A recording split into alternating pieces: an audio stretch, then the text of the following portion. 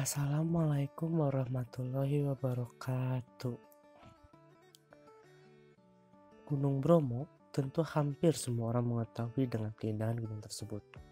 Sebagai destinasi para wisata yang mampu melepas penat saat berlibur, banyak turis baik domestik maupun asing. Keindahan Gunung Bromo tentu memiliki sebuah legenda yang begitu menarik. Gunung Bromo berasal dari Brahma yang dimaksudkan adalah gunung suci oleh masyarakat suku Tengger. Lalu orang Jawa menyebutnya dengan Bromo. Suku Tengger juga merupakan masyarakat asli di kaki Gunung Bromo sudah sejak zaman Kerajaan Majapahit. Bicara legenda Gunung Bromo, yaitu kisah percintaan Joko Seger dan Rara Anteng yang menjadi simbol dari gunung yang indah ini. Termasuk suku Tengger yang lahir dari kisah tersebut. Kata Teng berasal dari Rara Anteng, sedangkan Ger berasal dari Joko Seger. Berarti nama Tengger berasal dari akronim dari Rara Anteng dan Joko Seger. Menurut legenda, Joko Seger lahir dengan sehat bugar yang dilahirkan dari istri seorang Brahmana.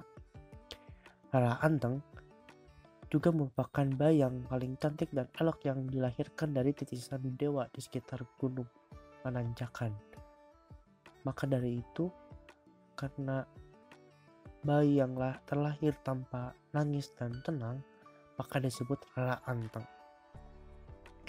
Ketika mereka dewasa, para Rara Anteng semakin memancarkan kecantikannya. Banyak yang ingin meminangnya oleh beberapa putra raja. Namun, Rara Anteng menolak semuanya karena sudah terpikat oleh Joko Seger. Suatu hari, Rara Anteng dipinang oleh seorang bajak yang terkenal sakti, kuat, dan jahat.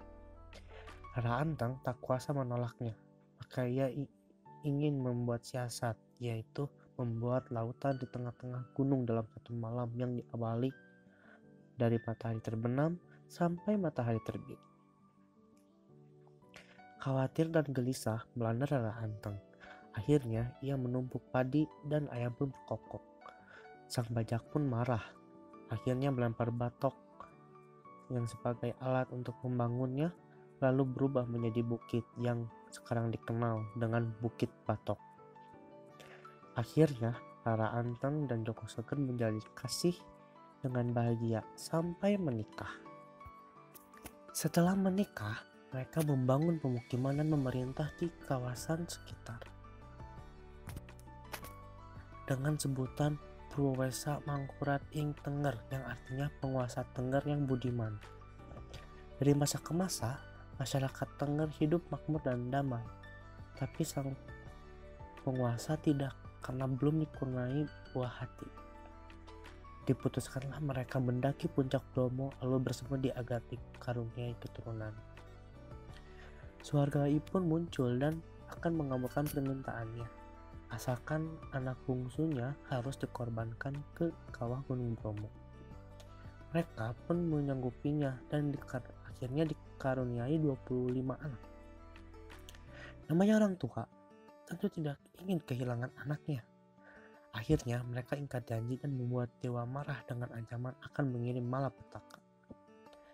Seketika itu terjadi keadaan gelap gulita dan kawah Gunung Bromo menyemburkan api. Anak bungsunya bernama Kusuma lenyap dan masuk ke bawah kawah. Bersamaan hilangnya Kusuma, suara gaib pun muncul dan berterima kasih. Gunung Bromo memang mempesona, tetapi memiliki beberapa larangan, seperti melangkahi pawon. Pawon merupakan alat masak budaya Tengger. Jika dilangkahi, maka diyakini kehilangan jodoh atau direbut oleh orang lain.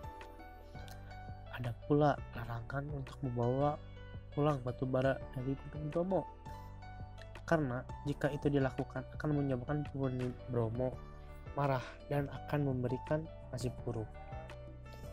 Selain itu, kencing yang menghadap ke Bromo pun itu dilarang, karena dianggap melecehkan penghuni Gunung Bromo.